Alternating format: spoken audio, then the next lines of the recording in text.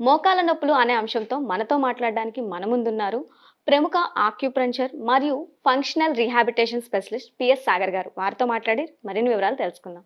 నమస్తే సార్. నమస్తే madam. Sir, అసలు ఈ మోకాల నొప్పులనేవి ఎందుకొస్తాయి సార్? జనరల్‌గా మనం ఎక్కడన్నా తీసుకుంటే ఎవరింట్లోనన్నా పెద్దవాళ్ళు ఉన్నారు అంటే, మనకి వాళ్ళు వెంటనే చెప్పే ఒక మాట ఏంటంటే, ఎలా ఉంది అని అడగగానే ఫస్ట్ మోకాలు నొప్పులెడుతున్నాయి, నిలబడాలన్నా, కూర్చోవాలన్నా నొప్పులొస్తున్నాయి అని చెప్తూ ఉంటారు సార్. అసలు ఎందుకు సార్ ఎక్కువగా మెయిన్‌గా మోకాల నొప్పులనేవి అంత ఎక్కువ ఎందుకొస్తూ ఉంటాయి? సో, మోకాలు నొప్పులు అనేది మనం ఒకప్పుడు జనరేషన్‌లో ఒక 50స్, 60స్ దాటిన వాళ్ళలో మనకిది ఒక కామన్ కంప్లెయింట్‌గా మనం చెప్పొచ్చు. కానీ ఇప్పుడు చాలామందికి ఏజ్‌తో రిలేషన్ లేకుండా గూడా చాలా చిన్న వయసులో గూడా మోకాలు నొప్పులనేవి మనం చూస్తా ఉన్నాం. యూజువల్‌గా మోకాళ్ళు అనేవి ఏవైతే ఉన్నాయో, మోకాలు నొప్పులు రావడానికి అంటే ఏజింగ్ ప్రాసెస్‌లో మోకాలు నొప్పులు రావడానికి అంటే మనం చూసుకుంటే చాలా తక్కువ మంది ఏజ్ చాలా మీద పడ్డ వాళ్ళకి మోకాలు నొప్పులుండవు. మనం మనకంటే వరస్ట్ వాళ్ళతోనే మనం కంపేర్ చేసుకుంటున్నాం. సో, మనకంటే బెస్ట్ ఉన్న వాళ్ళు గూడా ఉన్నారు. మోకాలు నొప్పులు లేని వాళ్ళు గూడా ఉన్నారు. సో, వాళ్ళకెందుకు లేదు, వీళ్ళకెందుకుంది? అంటే వీళ్ళ బాడీలో ఎలాంటి లోపం వల్ల ఆ డ్యామేజ్ అయ్యింది అని మనం చూసుకోవాలి. సో, ఇప్పుడు మోకాల నొప్పులు అంటే అసలు ఫస్ట్ ఈ మోకాలు ఎముకలు గానీ, బాడీలో ఉన్న ఎముకలు గానీ మెయింటైన్ చేయాల్సిన వ్యవస్థ ఏది అని చూసుకుంటే kidney, urinary bladder. So, kidney ఆరోగ్యంగా ఉందనుకోండి, బ్లాడర్ ఆరోగ్యంగా ఉందనుకోండి, దాని పని ఏంటి? ఓన్లీ ఫిల్టర్ చేయడమే గాదు. మన బాడీలో ఉన్న వాటర్ ఎలిమెంట్‌ని ఫిల్టర్ చేయడమే గాదు, బోన్ మ్యారోని డెవలప్ చేయడం. బోన్ మ్యారో అంటే మన ఎముకల్లో ములుగు అంటాం గదా! సో, అది లోపట నుంచి ఎముకల్ని గుల్లగా ఉన్న ఎముకని మొత్తం లోపట సారవంతంగా చేస్తుంది. అంటే పచ్చి కొమ్మలాగా మారుస్తుంది, మెయింటైన్ చేస్తుంది. సో, ఎముకల మధ్యలో ఉన్న గుజ్జు కూడా మెయింటైన్ చేయాల్సింది కిడ్నీ. సో, ఏజింగ్ ప్రాసెస్‌లో సర్వసాధారణంగా జరిగే ప్రాబ్లమ్ ఏంటంటే, కిడ్నీ ఆరోగ్యం దెబ్బతింటా ఉంటుంది. కిడ్నీలో ఉన్న ఫిల్టర్స్, నెఫ్రాన్స్ దెబ్బతినడం జరుగుతుంది. సో, దానివల్ల మెయింటెనెన్స్ తగ్గిపోయింది. అంటే ఎముకలకు చేయాల్సిన మెయింటెనెన్స్ తగ్గిపోయింది. అంటే ఎముకలు మళ్ళీ సారవంతంగా లేవు. సో, లోపట బలహీనంగా మారిపోతా ఉన్నాయి. దానికి తోడు ఈ ఫిల్టర్స్ డ్యామేజ్ అయిపోవడం వల్ల మన బాడీలో ఉన్న వాటర్ ఎలిమెంట్ అనేది మన ప్యూరిఫికేషన్ తగ్గిపోతుంది. అంటే ఎస్పెషల్లీ యూరిక్ యాసిడ్ ఏదైతే ఉందో మూత్రం ద్వారా వెళ్ళిపోవాల్సిన యాసిడ్స్ మన ఎముకలు మన కాళ్ళలో చేరుకొని మనం చూసుకోవచ్చు. కిడ్నీ సమస్య ఉన్న వాళ్ళు కాళ్ళు కొంచెం లైట్‌గా వాపులు వస్తా ఉంటాయి. కొంచెం ట్రావెల్ చేసిన వాపులు కనబడతా ఉంటాయి. సో, ఆ యూరిన్ అంతా కూడా దాంట్లో ఉన్న యాసిడ్స్ అంతా యూరిక్ యాసిడ్ కూడా ఎస్పెషల్లీ మోకాల్లో జమ అవుతుంది. మన పాదాలు వేళ్ళలో జమ అవుతా ఉంటుంది. సో, ఈ ఎముకని బలహీనపరుస్తుంది. యాసిడ్ ఏం చేస్తుంది? అక్కడున్న కాల్షియంతోని రియాక్ట్ అవుతుంది. ఎముకలో ఉన్న కాల్షియంతో రియాక్ట్ అయ్యి ఎముకలో ఉన్న కాల్షియం అంతా కూడా బయటికి లీచ్ చేసేస్తా ఉంటది. బయటికి లాగేస్తా ఉంటది. సో, ఆ లీచింగ్ ప్రాసెస్‌లో ఏమవుతుంది? సో, మోకాలు మధ్యలో ఉన్న గ్యాప్ ఏదైతే ఉందో పూర్తిగా అరిగిపోకముందే ఎముకల్లో నుంచి కాల్షియం బాగా లాగేసి చిన్న చిన్న ముల్లుల్లాంటి స్ట్రక్చర్స్ ఫార్మ్ అవుతూ ఉంటాయి. సో, ఆ ముల్లుల్లాంటి స్ట్రక్చర్స్ ఏమవుతుంది? కొంచెం మనకి టచ్ అయినా కూడా మనకి స్టిఫ్‌నెస్ రావడము. అండ్ మనం ఇప్పుడు ఎక్కువ ప్రెషర్ ఇచ్చి అంటే మెట్లెక్కుతా ఉంటే ఆ ఒత్తిడికి రాపిడవ్వడము జరుగుతా ఉంటుంది. సో, చిన్న ఏజ్‌తో సమస్య లేకుండా కూడా చాలామందికి ఇప్పుడున్న డైట్, లైఫ్ స్టైల్‌కి, జీవన విధానానికి వాళ్ళ కిడ్నీలో నెఫ్రాన్స్ బాగా దెబ్బతిని, వాళ్ళకి యూరిక్ యాసిడ్ పెరిగిపోయి, మోకాలు నొప్పులు, మోకాల్లో ఆస్టిఫైట్స్ ఫార్మ్ అవ్వడం. అంటే పూర్తిగా అరిగిపోకముందే వాళ్ళు ఎముకలు టచ్ అవుతా ఉన్నాయి. అండ్ అలాగే కన్సిస్టెంట్‌గా అక్కడున్న గుజ్జు ఏదైతే కుషనింగ్ పార్ట్ ఉంటుందో అది కూడా అరిగిపోతా ఉంటుంది. అది కూడా గ్యాప్ తగ్గిపోతా ఉంటుంది. సో, మనం చూసుకుంటే ఇప్పుడు చాలా మటుకు ఆహ్, అందరిది ఎంతో కొంత డ్యామేజ్ ఉందండి. అందరికీ నొప్పులుండవు. ఎప్పుడైతే ఆ కుషనింగ్ తగ్గి రాపిడ్ అవ్వడం స్టార్ట్ అవుతుందో అప్పటి నుంచే మనకు పెయిన్స్ రావడం స్టార్ట్ అవుతది. సో, అడ్వాన్స్ స్టేజెస్‌లో ఏమవుతుంది మెల్లిమెల్లిగా ఎముక టచ్ అయిపోవడం, ఫ్యూజ్ అయిపోవడం, మెల్లిగా బెండ్ అయిపోవడం, అలైన్‌మెంట్స్ దెబ్బతినడము, తర్వాత కొలాప్స్ అవ్వడం. ఇది సర్వసాధారణంగా జరిగే విషయం. జనరల్‌గా ఇప్పుడు మీరన్నారు సార్. అంటే కిడ్నీలు చేసే మెయిన్ ప్రాసెస్ అది. ఆ లోపల గుజ్జులో మనకి ఏదైతే మూలుగా అంటామో అవి ఫిల్ చేస్తూ ఉంటాయని. చాలా మందికి కొంతమంది కిడ్నీ డ్యామేజ్ అయిన వాళ్ళు చాలా మందుంటారు. అంటే ఈ కిడ్నీ డ్యామేజ్ అయిన వాళ్ళ ప్రతి ఒక్కరిలోని ఈ మోకాళ్ళ నొప్పులు కనిపిస్తాయంటారా? అంటే జనరల్‌గా కూడా మోకాళ్ళ నొప్పులొస్తాయి అన్నారు. ఎస్పెషల్లీ ఈ కిడ్నీ ప్రాబ్లమ్ ఉన్న వాళ్ళకి ఖచ్చితంగా వస్తుందంటారా ఇది? సో, డెఫినిట్‌గా అమ్మా. ఎందుకంటే కిడ్నీయే మెయింటైన్ చేయాలి కాబట్టి, ఆ మెయింటెనెన్స్ తగ్గిపోతుంది కాబట్టి, వాళ్ళ ఎముకలు చాలా బలహీనంగా ఉంటాయి. సో కిడ్నీ సమస్య సీకేడీ అనే వేరే సమస్య ఉంది. కిడ్నీ క్రియేటినైన్ లెవెల్స్ పెరిగిపోతాయి. సో యూరిక్ యాసిడ్ పెరిగితేనే మనకి ఎక్కువగా మోకాళ్ళు డ్యామేజ్ అవుతున్నాయి. కొంతమంది కిడ్నీలు హెల్తీగా ఉన్నా సరే వాళ్ళకి మోకాళ్ళ నొప్పులొస్తూ ఉంటాయి. అది వేరే కారణాలు. మనం చూసుకుంటే వాళ్ళకి ఆటో ఇమ్యూన్ డిసార్డర్స్. సో అది రేర్. మనం చెప్పాలంటే ఒక 10% కేటగిరీలో ఉన్నారు. అంటే వాళ్ళకి ఒక ఎలర్జిక్ రియాక్షన్. వాళ్ళ ఇమ్యూన్ సిస్టమ్ వాళ్ళ కీళ్ళ మీద దాడి చేసి సడెన్‌గా వాపులు తీసుకొచ్చి డ్యామేజ్ చేస్తా ఉంటుంది. సో సర్వసాధారణంగా మనం 90% డిసీజెస్ మనం మోకాళ్ళకి సంబంధించినవి చూసుకుంటే ఎక్కువ శాతం మాత్రం మనకి యూరిక్ యాసిడ్ అని మనం చెప్పొచ్చు. సో మన స్టేజెస్ పెరుగుతున్న కొద్దీ ఇంకా మనకు చాలా కాంప్లికేషన్స్ యాడ్ అవుతూ ఉంటాయి. యూజువల్‌గా ఈ మోకాళ్ళ నొప్పులు ఉన్న వాళ్ళు ఆర్థోపెడిక్ డాక్టర్స్‌ని కలుస్తూ ఉంటారు. సో వాళ్ళు ఏంటి ఎలాంటి ఇంగ్లీష్ మెడిసిన్‌లో అయినా మీకు లక్షణాలకే వైద్యం ఉంటుంది. ప్రివెన్షన్, క్యూర్ ఉండదు. పేషెంట్ జీవితాంతం పేషెంట్‌గానే ఉండాలి. స్టేజెస్ పెరిగిపోతూ ఉంటాయి. దాని తగ్గట్టుగా లక్షణాలకి వైద్యం ఇంకా పెరుగుతూ ఉంటుంది. సో నొప్పి అని మనం వెళ్ళామనుకోండి, ఎందుకు పాడవుతుందో దాని మూలాలేంటో తెలుసుకోరు. దాన్ని కరెక్షన్ చేయరు. దానివల్ల డ్యామేజ్ ఆగిపోదు. డ్యామేజ్ కంటిన్యూ అవుతూ ఉంటుంది. సో కేవలం పెయిన్ కిల్లర్స్ ఇస్తూ ఉంటారు. పెయిన్ కిల్లర్స్ ఇస్తే ఏమవుతుంది? ఇంకా కాంప్లికేషన్స్. ఈరోజైతే పూట గడిచిపోతుంది. ఎందుకంటే నొప్పి తెలియకుండా మత్తుమందు కాబట్టి పూటైతే గడిచిపోయింది. కానీ ఏమవుతుంది? ఒక పెయిన్ కిల్లర్ రియాక్షన్ ఏంటి? మీ గట్ హెల్త్ పాడు చేస్తుంది. మీ కిడ్నీ పాడు చేస్తూ ఉంది. మీ లివర్ పాడు చేస్తూ ఉంది. అంటే ఇంకా నెఫ్రాన్స్ ఎక్కువ డ్యామేజ్ అవుతాయి చెప్పాలంటే. సో దానివల్ల వాళ్ళకి 2 ఇయర్స్‌లో జరగాల్సిన డీజనరేషన్ 1 ఇయర్‌లోనే జరుగుతూ ఉంది. అండ్ మీరు ఒక భ్రమలో ఉన్నారు. పెయిన్ లేదు కదా అని చెప్పేసి ఇంకెక్కువ నడుస్తారు కదా! ఇంకెక్కువ రాపిడి అవుతా ఉంది. సో అట్లా కూడా డీజనరేషన్ అవుతా ఉంటారు. చాలామంది ఇంకా అసలు చెప్పాలి అంటే ఆర్థోపెడిక్ డాక్టర్స్ మోకాళ్ళు నొస్తున్నాయమ్మా కొంచెం వెయిట్ తగ్గు. దానికోసం నువ్వు వాకింగ్ చేయి అంటారు. అది ఎంత మూర్ఖత్వం అంటే వెయిట్ తగ్గడం అనేది పక్కన పెట్టేసేయండి. ఇంకా మోకాళ్ళు చిప్పలు ఆ వాకింగ్ చేయడం వల్ల ఇంకా ఎక్కువ రాపిడి అయిపోతా ఉంది. సో లక్షణాలకు వైద్యం ఇస్తే చాలా ప్రమాదం. ఎందుకంటే ఇంకా మనం కావాల్సుకొని మనం నెక్స్ట్ స్టేజెస్‌కి తీసుకెళ్తున్నాం. సో అక్కడ గోల్ ఆఫ్ ద ట్రీట్మెంట్ ఏంటి ఆర్థోపెడిక్ డాక్టర్‌కి అంటే ఎంత త్వరగా అయితే అంత త్వరగా డీజనరేట్ చేసేసుకొని మనం మోకాలు రీప్లేస్‌మెంట్ చేసుకోవాలి. సో మోకాలు రీప్లేస్‌మెంట్ ఒకవేళ సక్సెస్ అవ్వలేదనుకోండి, జీవితాంతం బెడ్‌కి అంకితం అవ్వాల్సిన పరిస్థితి. ఒకవేళ సక్సెస్ అయ్యారనుకోండి, లోపట డ్యామేజ్ చేసే వ్యవస్థ తగ్గిందా? తగ్గలేదు. అది ఇంకో మోకాల్ని పాడు చేసేస్తది. సో ఇది ఒకటి మార్పిడి చేసుకున్నాము. మళ్ళీ ఇంకొకటి కూడా తక్కువ టైంలోనే చేసుకోవాల్సిన పరిస్థితి. మార్పిడి ఓకే. సక్సెస్‌ఫుల్‌గా జరిగింది. అన్ని రకాలుగా సక్సెస్ అయింది. దాని లైఫ్ ఎంత? మార్పిడి చేసిన జాయింట్‌ది లైఫ్ ఎంత? ఒక 8 ఇయర్స్, 10 ఇయర్స్‌కి మళ్ళీ మార్చుకోవాలి. అండ్ లోపట ఆ డిఫెక్ట్స్ అలాగే ఉన్నాయి కాబట్టి మోకాలే కాదు ఇంకా వేరే ఇతర జాయింట్స్ కూడా మెల్లిమెల్లిగా హీల్ జాయింట్ కానీ, హిప్ జాయింట్ కానీ ఇంకా వేరే జాయింట్స్ కూడా పాడవుతూ ఉంటాయి. కిడ్నీ సమస్యలు పెరుగుతూ ఉంటాయి. సో మనం ఒక రియాక్టివ్‌గా వెళ్తున్నాం. ప్రొయాక్టివ్‌గా వెళ్ళట్లేదు. ప్రివెన్షన్, క్యూర్ చూసుకోవట్లేదు. ఈరోజు బతికితే చాలు అనుకుంటున్నాం. బట్ రోజు రోజు మన ఆరోగ్యం, ఆయుష్ అన్ని రకాలుగా మనం డ్యామేజ్ చేసుకుంటున్నాం అనే విషయం మనం చూసుకోవాలి. అండ్ పోనీ సర్జరీస్ సేఫా అంటే ఇప్పుడున్న సమయంలో ప్రపంచం మొత్తం కూడా సర్జరీస్ సేఫ్ కావు. ఎందుకంటే అందరూ ప్రాథమిక చికిత్సలోనే యాంటీబయాటిక్స్ వాడేశారు. యాంటీబయాటిక్ రెసిస్టెన్స్ చాలా హై అయిపోయింది. దానివల్ల ఇప్పుడు ప్రమాదకరంగా ఏ సర్జరీ చేసుకున్నా యాంటీబయాటిక్స్ పనిచేయక ఆపరేషన్ సక్సెస్ అయిపోయాయి. బట్ ఏమంటారు ఇన్ఫెక్షన్స్‌తో చనిపోతా ఉన్నారు. చాలామంది నా దగ్గర పేషెంట్స్ వస్తున్నారు. సార్ మా అమ్మ చాలా హెల్తీగా ఉండింది. మోకాళ్ళ నొప్పులతో సఫర్ అయింది. సో నాకు ఇన్స్యూరెన్స్ క్లెయిమ్స్ ఉన్నాయి కదా! సో త్వరపడి నేనే మా అమ్మని తొందరపెట్టి అమ్మ మార్పిడి చేసేసుకో అని చెప్పేసి మార్పిడి చేయించాను. ప్రముఖ డాక్టర్ దగ్గరికి తీసుకెళ్ళి నేను చేయించాను. సర్జరీ సక్సెస్ అయింది సార్. కానీ సర్జరీ తర్వాత తనకి ఇన్ఫెక్షన్ వచ్చి చనిపోయింది సార్. ఇది పరిస్థితి. సో ఇప్పుడున్న పరిస్థితి వరల్డ్ వైడ్ ఉన్న అతి పెద్ద కన్సర్న్ ఏంటంటే యాంటీబయాటిక్ రెసిస్టెన్స్. సో అందరూ మూర్ఖంగా సర్జరీలే సొల్యూషను, పెయిన్ కిల్లర్స్ వాడడమే సొల్యూషన్ అని చెప్పడం ఆపేసేయాలి.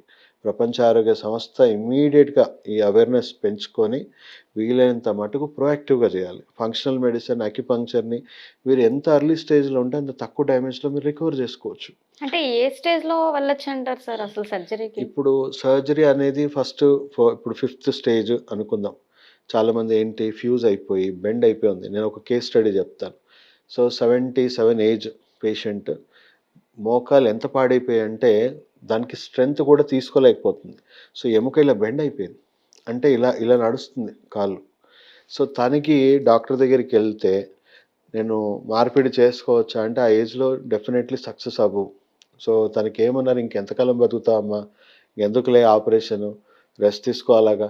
పెయిన్ కిల్లర్ ఏసుకొని పడుకో" అని చెప్పడం జరుగుతుంది. సో, ఆ పేషెంట్ నాకు రిఫర్ చేయడం జరిగింది. సో, తనకి లోపట ఎలాంటి ఫంక్షనల్ డిఫెక్ట్స్ ఉన్నాయో, కొంతవరకు కీళ్ళవాతం ఉంది, కొంతవరకు తనకి యూరిక్ యాసిడ్ లెవెల్స్ హై ఉన్నాయి. సో, అవన్నీ గూడా మేము కరెక్షన్ చేశాం. చేసేసి ఆ ఎముక ఎలా ఉందో అలాగా దాంట్లో గుజ్జు పట్టడానికి, కొలాజన్ లెవెల్స్ కానీ, స్ట్రెంత్ రీజనరేషన్ అవ్వడానికి అన్ని మెడిసిన్స్ ఇచ్చాం. ఒక 4 మంత్స్‌లో తను ఎక్స్‌ప్రెస్ చేసిన రిజల్ట్ ఏంటి అనంటే, "సార్ నేను 2 గంటలు నా పని నేను చేసుకోగలుగుతున్నాను. నిలబడినా గూడా నాకే పెయిన్ లేదు. నేను పడుకున్నా గూడా నాకు పెయిన్ ఉండేది. ఇప్పుడు పడుకుంటే గూడా నాకు పెయిన్ లేదు. ఒక 2, 3 గంటలు నేను నడిచినా గూడా నాకు నొప్పి రాట్లేదు." ఇప్పుడు ఆ ఏజ్‌లో ఏమి ఎక్స్‌పెక్ట్ చేస్తారు? పీటీ ఉషాకి ఏమన్నా కాంపిటీషన్ ఇవ్వాలా తనేమన్నా? తన పనులు తను చేసుకుంటే చాలు. ఆపరేషన్స్ ఏవి అవసరం లేకుండా ఉన్న కాస్త గుజ్జు ఉంటే చాలు. ఒకవేళ తన ఎముక విరిగిపోయిందనుకోండి, అప్పుడు నేను జేయగూడదు. ఖచ్చితంగా సర్జరీయే చేయాలి. విరిగిపోనంత వరకు కొంచెం లైఫ్ ఉన్నా చాలు. మనం వాళ్ళకి పెయిన్ లేకుండా, పెయిన్ కిల్లర్స్ వాడకుండా, సర్జరీస్ లేకుండా మనం దాన్ని ఎంతో కొంత రీజనరేషన్ చేసుకొని దాని లైఫ్ పెంచడం వల్ల వాళ్ళ quality of life, quality of health వాళ్ళకి మెయింటైన్ అవుతుంది. అనవసరమైన పెయిన్ కిల్లర్స్, అనవసరమైన సర్జరీస్‌కి మనం దూరం ఉంచాలి. సో, ఆ ఏజ్‌లో ఎలాగో చేయలేము అని చెప్తున్నారు. అట్‌లీస్ట్ ఇవన్నా చేసి వాళ్ళకి ఎంత ఉపశమనం కలిగించొచ్చు. ఇప్పుడు తను అక్కడికే పోనీ అదే అలాగే ఉంటుందా అంటే, యెస్ అలాగే ఉంటుంది. ఎందుకంటే ప్రతి పేషెంట్‌కి మేము సస్టైనబుల్ హెల్త్ గురించి నేర్పిస్తాం. మీకు జీవనశైలిలో వచ్చిన సమస్యలేంటి? ఏ డిఫెక్ట్స్ వచ్చాయి? మళ్ళీ మీరేం తినాలి? జీవితాంతం ఏం తినకూడదు? మళ్ళీ ఆ డిఫెక్ట్స్, ఆ యూరిక్ యాసిడ్, ఆ వాతము రాకుండా మీరెలా మెయింటైన్ చేయాలో కూడా చెప్తాం. దానివల్ల వచ్చిన రిజల్ట్ మెయింటైన్ అవుతుంది. సస్టైనబుల్‌గా ఉంటుంది. అంటే లైఫ్ టైమ్‌కి చెప్తారా సార్ ఇవి? అంటే జనరల్‌గా ట్రీట్మెంట్ అనేది ఇప్పుడు మీరు ఆ బాడీలో ఏదైతే డిఫెక్ట్ ఉందో దాన్ని మీరు సెటరేట్ చేసి పంపించిన తర్వాత మళ్ళీ వాళ్ళ ఫుడ్ హ్యాబిట్స్ గాని అన్నీ మళ్ళీ డిఫరెంట్‌గా ఉంటాయి. వాళ్ళు చేసుకున్న పనులు వేరే ఉంటాయి. సో, అప్పుడు ఎంత కాలం ఇది సర్వైవ్ అవ్వచ్చంటారు ఈ ట్రీట్మెంటు? లేదు ఎగ్జాక్ట్‌లీ. అంటే ఒకవేళ లైఫ్ టైమ్ సర్వైవ్ అవ్వాలి అంటే ఏం చేయాలంటారు? ఎగ్జాక్ట్‌లీ అదే జెప్తున్నాను. వాళ్ళదే కరెక్షన్ జేయాలి. వాళ్ళ ఫుడ్డు, డైట్, లైఫ్ స్టైల్ ఏవైతే ఉన్నాయో, మనం ట్రీట్మెంట్ స్టార్ట్ అయ్యేటప్పుడే అవి కరెక్షన్ జేయిస్తాం.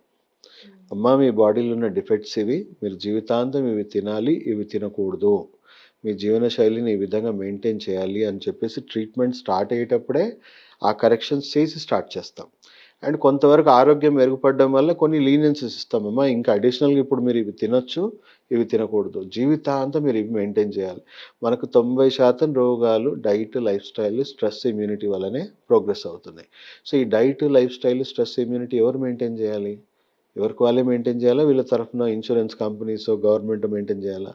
సో, వాళ్ళు కంప్లీట్‌గా సస్టైనబుల్ హెల్త్ ఉండాలి. మళ్ళీ నా దాకా కూడా రాకుండా నువ్వు ఉండాలి అంటే, నువ్వు ఖచ్చితంగా ఇవన్నీ మెయింటైన్ చేయాలి. సో, 95% పేషెంట్స్‌లో మా దగ్గర ట్రీట్మెంట్ తీసుకున్న వాళ్ళు ఎలాంటి రిలాప్స్ లేదు. వాళ్ళు మాకు మౌత్ టు మౌత్ పబ్లిసిటీ ఇస్తున్నారు. వాళ్ళు వేరే పేషెంట్స్ తీసుకొస్తున్నారు. కానీ వాళ్ళు పేషెంట్‌గా రిపీట్ అవ్వట్లేదు. అర్థమైంది కదమ్మా! అండ్ ఆ 5% పేషెంట్స్ ఎవరైతే ఫాలో అవుతలేరో, కొంచెం సమస్య రాగానే మా దగ్గరికొచ్చేస్తున్నారు. ఎందుకు? అవగాహన వచ్చేసింది గదా! యెస్, నేను ఈ తప్పులు చేశాను. దానివల్ల నాకు చిన్న చిన్న సమస్యలొచ్చాయి. ముందే నేను డాక్టర్ గారి దగ్గరికెళ్ళిపోతే ఆ సమస్యలు నేను సరిజేసుకోవచ్చు. అండ్ వాళ్ళే రిపెంట్ అయ్యి మేము అడగకముందే చెప్తున్నారు. సార్ అప్పుడు కొంచెం మెయింటైన్ చేయలేదు సార్. కొంచెం డైట్, లైఫ్ స్టైల్ మెయింటైన్ చేయలేదు సార్. అందుకే చిన్న చిన్న సమస్యలొచ్చాయి. ముందుగానే మీ దగ్గరికొచ్చి చూయించుకుంటున్నా. ఎందుకు? అవేర్‌నెస్. సో, ప్రొయాక్టివ్‌గా వాళ్ళు బతకడం వల్ల వాళ్ళు మళ్ళీ మళ్ళీ జబ్బు పాలవ్వాల్సిన పని లేదు. సో, ఎస్పెషల్లీ మోకాళ్ళ నొప్పులకి ఆల్మోస్ట్ మనం ఫోర్త్ స్టేజ్, ఫిఫ్త్ స్టేజ్‌కొస్తే 50% సో, ఫిఫ్త్ స్టేజ్‌లో అసలు ఏ సర్జరీ సక్సెస్ కావు. ఫోర్త్ స్టేజ్‌లో పార్షియల్‌గా సక్సెస్ అవుతాయి. సో, థర్డ్ స్టేజ్‌లో ఎవరికీ అవసరమే లేదు. అంటే ఆల్మోస్ట్ 90% అబోవ్ పేషెంట్స్‌కి మనం సర్జరీస్ చేయాల్సిన అవసరం లేదు. ఓకే. ఎముక విరిగిపోయింది, ఫ్రాక్చర్ అయిపోయింది. అలాంటి పేషెంట్స్‌కి డబ్ల్యూహెచ్‌ఓ చేసుకోవాలి అంటుంది. బట్ జీవనశైలి వ్యాధులతోని వాళ్ళకు ఉన్న వాళ్ళని మనం పెయిన్ కిల్లర్స్ ఇవ్వడము, వాళ్ళకి సర్జరీస్ చేయడం ఆల్మోస్ట్ ఇప్పుడు క్రైమ్ కాకపోవచ్చు కానీ, మీరు ఒక 3-5 ఇయర్స్‌లో ఒక రకమైన క్రైమే ఇది. ఎందుకంటే ఇప్పుడు అవేర్‌నెస్ లేదు కాబట్టి అది క్రైమ్ కాదు. అవేర్‌నెస్ వచ్చాకైతే డెఫినెట్‌లీ పబ్లిక్ కూడా దాన్ని ఒక క్రైమ్‌గానే తీసుకుంటారు. ఎందుకంటే నాకు జీవనశైలి వ్యాధి ఉన్నప్పుడు నా జీవనశైలిని ఎందుకు కరెక్ట్ చేయలేదు? నాకు ఆ విషయంలో నాకు అడ్వైస్ ఎందుకు ఇవ్వలేదు? ఎందుకు నా డ్యామేజ్ ఆపలేదు? ఎందుకు నా ఆరోగ్యాన్ని మళ్ళీ తిరిగి వచ్చేలాగా నాకు సహాయం చేయలేదు? ఎందుకు నాకు ఓన్లీ లక్షణాలకే వైద్యం ఇచ్చి నన్ను సర్జరీ దాకా తీసుకెళ్లారు? అవేర్‌నెస్ లేదు. So, WHO already policy decisions అన్నీ చేసింది. క్లినికల్ వాలిడేషన్ చేసింది. గవర్నమెంట్స్‌ని ఒప్పించుకుంది. ఇప్పుడు సెంట్రల్ గవర్నమెంట్ ఎయిమ్స్‌లో కూడా ఇంటిగ్రేటెడ్ మెడిసిన్ సెంటర్ స్టార్ట్ చేసేసింది. అంటే ఈ వైద్యము, అలోపతి కలిపి ఎలా చేయాలి అని చేస్తా ఉంది. గోల్స్ ఏం పెట్టుకున్నారు 2030 లోపు అన్ని హాస్పిటల్స్ ఈ విధంగానే వైద్యం ఇవ్వాలని గోల్ పెట్టుకుంటున్నారు.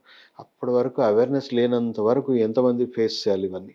అంటే ట్రీట్మెంట్ తీసుకోవడం ఎంత ముఖ్యమో, అలాగే అవేర్‌నెస్ కూడా అంతే ముఖ్యం అంటారు. అంటే ఇప్పుడు ఒక పెయిన్ వచ్చిందంటే మనం తొందరపడాలి, వెళ్ళాలి, చూపించుకోవాలి, ఇగ్నోర్ చేయకూడదు అని తెలియాలి. అలాగే మీరు చెప్పినట్టుగా దేనికి సర్జరీ అవసరం, దేనికి అవసరం లేదనేది కూడా ఖచ్చితంగా తెలిసుండాలి. ఇప్పుడు మీరు ఎముక విరిగిపోతే మనం అలాంటి కేసెస్‌లో ఏం చేయలేము. అప్పుడు ఖచ్చితంగా సర్జరీకో అది నెక్స్ట్ అనేది మనం డిసైడ్ చేస్తాము అనన్నారు. అంటే వాళ్ళకి బోన్ విరిగిపోయిందని చెప్పి వాళ్ళకెలా తెలుస్తుంది? అంటే బోన్ విరిగిపోవడం వల్లే ఈ పెయినొస్తుంది. మేమసలు ఈ స్టేజ్‌లో ఉన్నామని చెప్పి వాళ్ళకెలా తెలుస్తుంది అసలు? బోన్ విరిగిపోయిందంటే ఇంక నడవలేరు గదమ్మా! కంప్లీట్‌గా కొలాప్స్ అయిపోతారు అంటే గదా! చిన్న చిన్న క్రాక్స్ ఏమన్నా ఇస్తే ఓకే. చిన్న క్రాక్స్‌కి ఏం గాదు. మనమే రిపేర్ జేసుకోవచ్చు. ఎయిర్ క్రాక్స్ కానీ, చిన్న చిన్న క్రాక్స్ ఉంటే మనమే రిపేర్ జేసుకోవచ్చు. కానీ కంప్లీట్‌గా విరిగిపోయి దాని ఫంక్షనాలిటీ లేదనుకోండి, అదొక రకమైన ఎమర్జెన్సీ కేర్ గదా! ఇమ్మీడియేట్‌గా అడ్రెస్ చేయాలి. అలోపతి ఒక మంచి స్పెషాలిటీ. ఎమర్జెన్సీలో విషంతోనైనా మీ ప్రాణాన్ని కాపాడాలన్నప్పుడే విషప్రయోగం జరగాలి. ఆరోగ్యం కోసం ఎలాంటి విషప్రయోగం జరగొద్దు. అక్కడే వస్తుంది ప్రాబ్లమ్. ఆరోగ్యంలో విషప్రయోగం చేయడం వల్లనే ఇంకా క్వాలిటీ ఆఫ్ హెల్త్ డిటెరియరేట్ అవుతున్నాయి. రోగాల కంటే వైద్యమే హానికరంగా మారిపోయింది ఇప్పుడు. అంటే ఇంకే కారణాల వల్ల మోకాలు నొప్పులు రావచ్చంటారు సార్? అంటే మేజర్‌గా ఇది చెప్పారు. మేజర్ కారణం అయితే మనకి యూరిక్ యాసిడ్ అండ్ కొంతవరకు ఇన్‌ఫ్లమేషన్స్. బట్ మైనర్ రీజన్స్ మనం జూసుకుంటే ఈ కీళ్ళవాతం అంటే వాళ్ళ ఆటో ఇమ్యూన్ సిస్టమ్ వల్ల మోకాలు ఒకటే గాదు అన్ని జాయింట్స్‌లో వాళ్ళకి ప్రాబ్లమ్స్ ఉంటాయి. మోకాళ్ళలో గూడా ప్రాబ్లమ్స్ ఉంటాయి. సో, టిపికల్‌గా తెలిసిపోతుంది. వాళ్ళకి ఒక్క జాయింట్ కాకుండా పర్టిక్యులర్‌గా మల్టిపుల్ జాయింట్స్ కంప్లెయింట్ ఉంది అనంటే అది మనము రూల్ ఔట్ చేసుకోవచ్చు ఈజీగా ఆటో ఇమ్యూన్ డిసార్డర్స్ ఉన్నాయని. కానీ పర్టిక్యులర్‌గా నాకు మోకాళ్ళనే ఉన్నాయి. లేదా పర్టిక్యులర్‌గా నా కాళ్ళలోనే ఉన్నాయి. అంటే మనం ఎక్కువగా యూరిక్ యాసిడ్ లక్షణాలే అని చెప్పొచ్చు. అంటే గౌట్ ఆర్థరైటిస్ అని చెప్పొచ్చు దాన్ని. అంటే మనకి బాడీలో యూరిక్ యాసిడ్ అనేది ఎందుకు పెరుగుతుంది సార్? ఒకటమ్మా ఇప్పుడు మనకి యూరిక్ యాసిడ్స్ ఏంటి? ఇప్పుడు ఇప్పుడు మన కిడ్నీ ఫిల్టర్స్ డ్యామేజ్ ఉన్నాయి. దాన్ని ఫిల్టర్ చేసే శక్తి దానికి తగ్గిపోయింది. అండ్ మనం ఎక్కువగా దానికి ప్రోటీన్స్ ఇచ్చేస్తా ఉన్నాం. ఎక్కువగా డైజెస్ట్ చేసుకోలేని ఆహార పదార్థాలన్నీ కెమికల్ బేస్డ్ ఫుడ్స్ అన్నీ మనం ఇస్తా ఉన్నాం. సో, అది ప్రాసెస్ చేసుకోలేకపోతుంది. ఫిల్టరేషన్ చేసుకోలేకపోతుంది. సో, అది ఫిల్టర్ చేసుకోలేనివన్నీ కూడా మన మన మన కీళ్ళలో అవి మన రక్తంలో కలిసిపోతా ఉంటుంది. అది వేరే వేరే చోట చేరిపోయి కిడ్నీలో స్టోన్స్ కూడా ఫార్మ్ అవుతా ఉంటాయి. బ్లాడర్‌లో స్టోన్స్ కూడా ఫార్మ్ అవుతా ఉంటాయి. అండ్ అక్కడక్కడ మన ఎముకల్లో డిపాజిట్ అయ్యి ఆస్టియోఫైట్స్ లాగా మారిపోతా ఉంటాయి. సో, రకరకాలుగా అది మనం ఎక్కడెక్కడ చేరుతుందో అక్కడక్కడ డ్యామేజ్ అవుతా ఉంటుంది. Okay sir. చాలా చక్కగా ఎక్స్‌ప్లెయిన్ చేశారు సార్. అంటే నీ పెయిన్స్ ఎలా వస్తాయి? ఎందుకొస్తాయి అనని. అయితే ఇక్కడ సార్ ఒకవేళ రాకుండా ఉండాలి. మనకసలు ఫ్యూచర్‌లో ఎలాంటి ప్రాబ్లమ్స్ రాకూడదు. అంటే అప్పుడు మనం ఎలాంటి జాగ్రత్తలు తీసుకోవాలంటారు? లేకపోతే ఇలాంటి వర్క్సే చేయాలి, ఇవి చేయకూడదు, లేకపోతే చేసినా ఎలాంటి ప్రికాషన్స్ తీసుకోవాలని అలా ఏమన్నా ఉంటాయా? ఫస్ట్ థింగ్ అమ్మా prevention is better than cure అని అందరం ఒప్పుకోవాల్సిన విషయమే. సో, అందరం గూడా సెల్ఫ్ హెల్త్ కేర్ నేర్చుకోవాలి. 90% డిసీజ్ రాకుండా డైట్, లైఫ్ స్టైల్, స్ట్రెస్, ఇమ్యూనిటీని ఎలా మెయింటైన్ చేయాలి. మన శరీరం అంతా అన్నీ కమ్యూనికేట్ చేస్తుంది. ఆకలేస్తుంది, దాహం అయితుందని ఎలా చెప్తుందో, దాన్ని ఎలా అర్థం చేసుకోగలుగుతున్నారో, నొప్పి ద్వారా గూడా అదొక ఇండికేషన్ ఇస్తా ఉంది. మనకొక పెద్ద ప్రమాదం ముందొచ్చే హెచ్చరికలుగా మనం తీసుకోవాలి. సో, మీరు ఇంగ్లీష్ మెడిసిన్ దగ్గరికెళ్లారనుకోండి, ఏమవుతుంది లక్షణాలకి వైద్యం, ప్రివెన్షన్ క్యూర్ లేదు అక్కడ.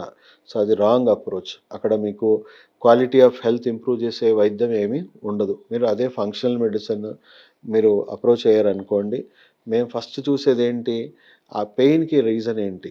ఎక్కడ డ్యామేజ్ అయింది? ఏమైనా డ్యామేజ్ అయిందా? బ్లాకేజ్ అయిందా? టేర్ అయిందా? అండ్ ఆ టేర్ అవ్వడానికి ఎక్స్‌టర్నల్ రీజన్స్ ఉన్నాయా? బాడీ లోపటున్న డిఫెక్ట్స్ వల్ల అయిందా? ఒకవేళ బయట నుంచి ఎలాంటి రీజన్స్ లేకపోతే ఇంటర్నల్ రీజన్స్ ఏంటి? ఇంటర్నల్గా వచ్చిన డిఫెక్ట్స్ ఏంటి అంటే ఆరోగ్యం తగ్గితేనే అనారోగ్యం వచ్చింది, అంటే మీరు ఆరోగ్యాన్ని మెయింటైన్ చేయకపోతేనే ఆరోగ్యంలో మార్పులు వచ్చాయి.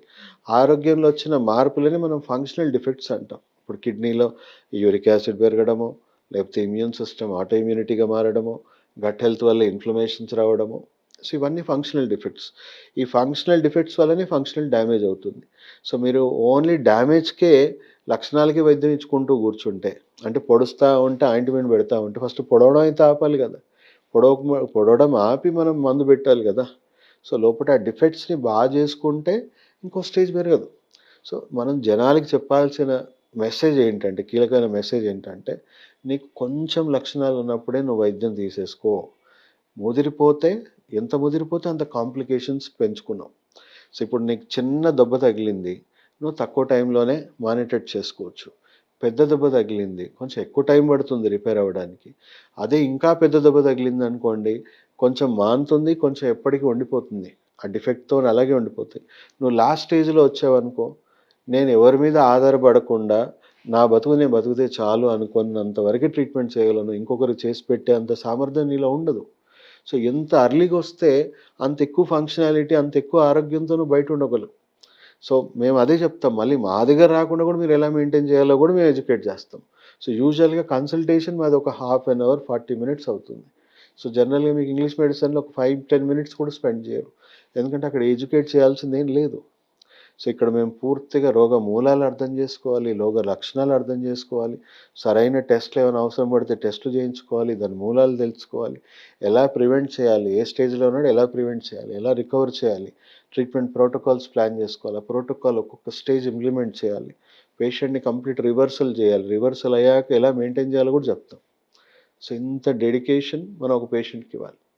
ఒకవేళ కొంతమంది ఆల్రెడీ అల్లోపతి ట్రీట్మెంట్ వాడుతూ ఉన్న వాళ్ళు ఉన్నారనుకోండి, వాళ్ళు మీ దగ్గర ట్రీట్మెంట్ తీసుకోవచ్చా? ఎస్ అమ్మా, ఖచ్చితంగా తీసుకోవచ్చు. చాలామంది ఇప్పుడు కీళ్ళవాతం సంబంధించిన సమస్యలు లేదా మోకాళ్ళ నొప్పులు ఉన్న సమస్యలు వస్తారు. వాళ్ళు హెవీగా డ్రగ్ డిపెండెన్సీ మీద వస్తారు, హెవీగా స్టెరాయిడ్స్ వాడుకుంటూ వస్తారు. సో ఉన్న పలంగా మేము ఇప్పుడు ఈరోజే మెడిసిన్స్ ఆపేయండి అంటే వాళ్ళు తట్టుకోలేరు, ఎందుకంటే ఆల్రెడీ హెవీ డ్యామేజ్ అయిపోయి ఉన్నారు, హెవీగా పెయిన్ కిల్లర్స్ మీద డిపెండ్ అయ్యి ఉన్నారు, హెవీగా స్టెరాయిడ్ మీద డిపెండ్ ఉన్నారు. సో వాళ్ళకి ఏం చెప్తామంటే, ఓకే ఇప్పుడు మీకు సడన్గా ఆపితే ఈరోజు తట్టుకోలేరు, రాత్రి మేము రిపేర్ కూడా చేయలేము.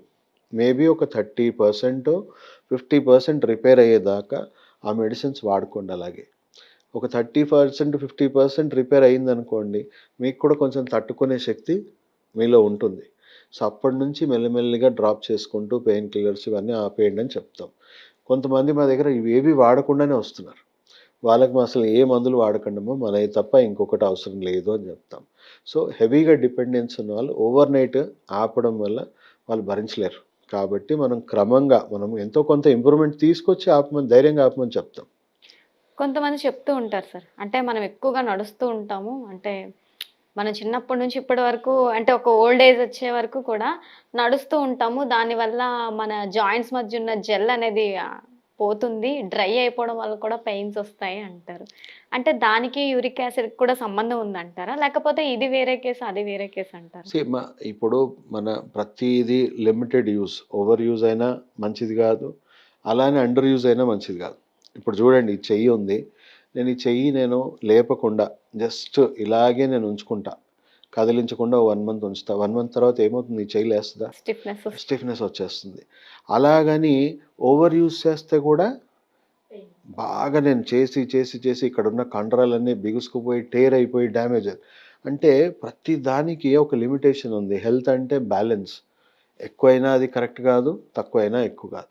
సో మనము ఓకే వాకింగ్ చేయడం మంచిదే, కానీ మీ బాడీ లిమిట్స్ ఏంటి అని మాత్రం తెలుసుకోండి. మేము పేషెంట్కి అదే ఎడ్యుకేట్ చేస్తాం. సార్ నేను ఇప్పుడు వాకింగ్కి వెళ్ళొచ్చా అంటే, ఇప్పుడు మీకు హెవీగా టేర్ డ్యామేజ్ అయ్యింది, సో ఇంట్లో వాకింగ్ చేసుకోండి, బయటికెళ్ళి చేయకండి. ఎందుకు, మీకు కొంచెం స్ట్రెయిన్ అనిపించగానే మీరు ఆపేస్తారు. కానీ 1 కిలోమీటర్ వాక్ చేస్తే ఇంకో కిలోమీటర్ రిటర్న్ కూడా రావాలి కదా. మధ్యలోనే ఏదైనా మీకు కొంచెం లక్షణాలు కనబడ్డాయి అనుకోండి, మీరు మళ్ళీ ఇంటి దాకా రావడానికి మీ బ్రెయిన్ ఆర్టిఫిషియల్గా ఎండార్ఫిన్స్ అనే పెయిన్ కిల్లర్ రిలీజ్ చేస్తుంది. దానివల్ల మీకు ఒక ఫ్లైట్ రెస్పాన్స్లో మీరు ఇంటికి వచ్చే వరకు అది హెల్ప్ చేస్తుంది. ఇంటికి వచ్చాక హెవీ పెయిన్ ఇస్తుంది, ఎందుకంటే టైర్ డ్యామేజ్ అయిపోయింది కాబట్టి. సో మీకు ఎంత సామర్థ్యం ఉందో ఆ సామర్థ్యం లోపే మీరు మీ శరీరాన్ని వాడుకోవాలని మేము చెప్తాము. ఎలా మీ సామర్థ్యం మేము ఇంప్రూవ్ చేస్తున్నామో అలాగే మీ సామర్థ్యాన్ని మీరు కూడా పెంచుకోవచ్చు. అంటే కొంతవరకు రిపేర్ అయ్యి రివర్స్ అయ్యేదాకా హెవీ స్ట్రెయినర్స్ ఎక్సర్సైజెస్ ఏవి చేయనియం. వాళ్ళకి రక్త ప్రసరణ కావాలి. ఎక్సర్సైజ్ ఏం చేయడానికి? రక్త ప్రసరణ పెంచడానికి. సో, ఇప్పుడు నీకు డెలికేట్‌గా సిట్యుయేషన్ ఉందనుకో, డైరెక్ట్‌గా రక్త ప్రసరణ పెంచడానికి చెప్తాం. ఈ మెడికేటెడ్ ఆయిల్ పెట్టండి, ఇన్‌ఫ్రారెడ్ హాట్ ప్యాక్ పెట్టండి. దానివల్ల మీరు 1 కిలోమీటర్, 2 కిలోమీటర్ మీరు పరిగెత్తితే ఎంత రక్త ప్రసరణ జరగాలో అంతకంటే ఎక్కువ రక్త ప్రసరణ పరిగెత్తకుండానే జరుగుతుంది. సో, పేషెంట్ ఉన్న స్టేజ్ బట్టి మనం ఎంత లిమిటెడ్‌గా మనము వాకింగ్ చేపియాలి, ఎంత ఎక్సర్సైజ్ చేయించాలి, ఎంత మొబిలిటీ ఇవ్వాలో అంతే ఇవ్వాలి. Okay sir. చాలా చక్కగా ఎక్స్‌ప్లెయిన్ చేశారు సార్. అంటే ఎలాంటి రీజన్స్ వల్ల వస్తుంది, ఎలాంటి ప్రికాషన్స్ మనం తీసుకోవాలి, అలానే వచ్చిన తర్వాత కూడా మనం నెగ్లెక్ట్ చేయకుండా అంతే అవేర్‌నెస్‌గా మనం ట్రీట్మెంట్ అనేది తీసుకోవాలి. ఇవన్నీ చాలా చక్కగా ఎక్స్‌ప్లెయిన్ చేశారు sir. Thank you so much.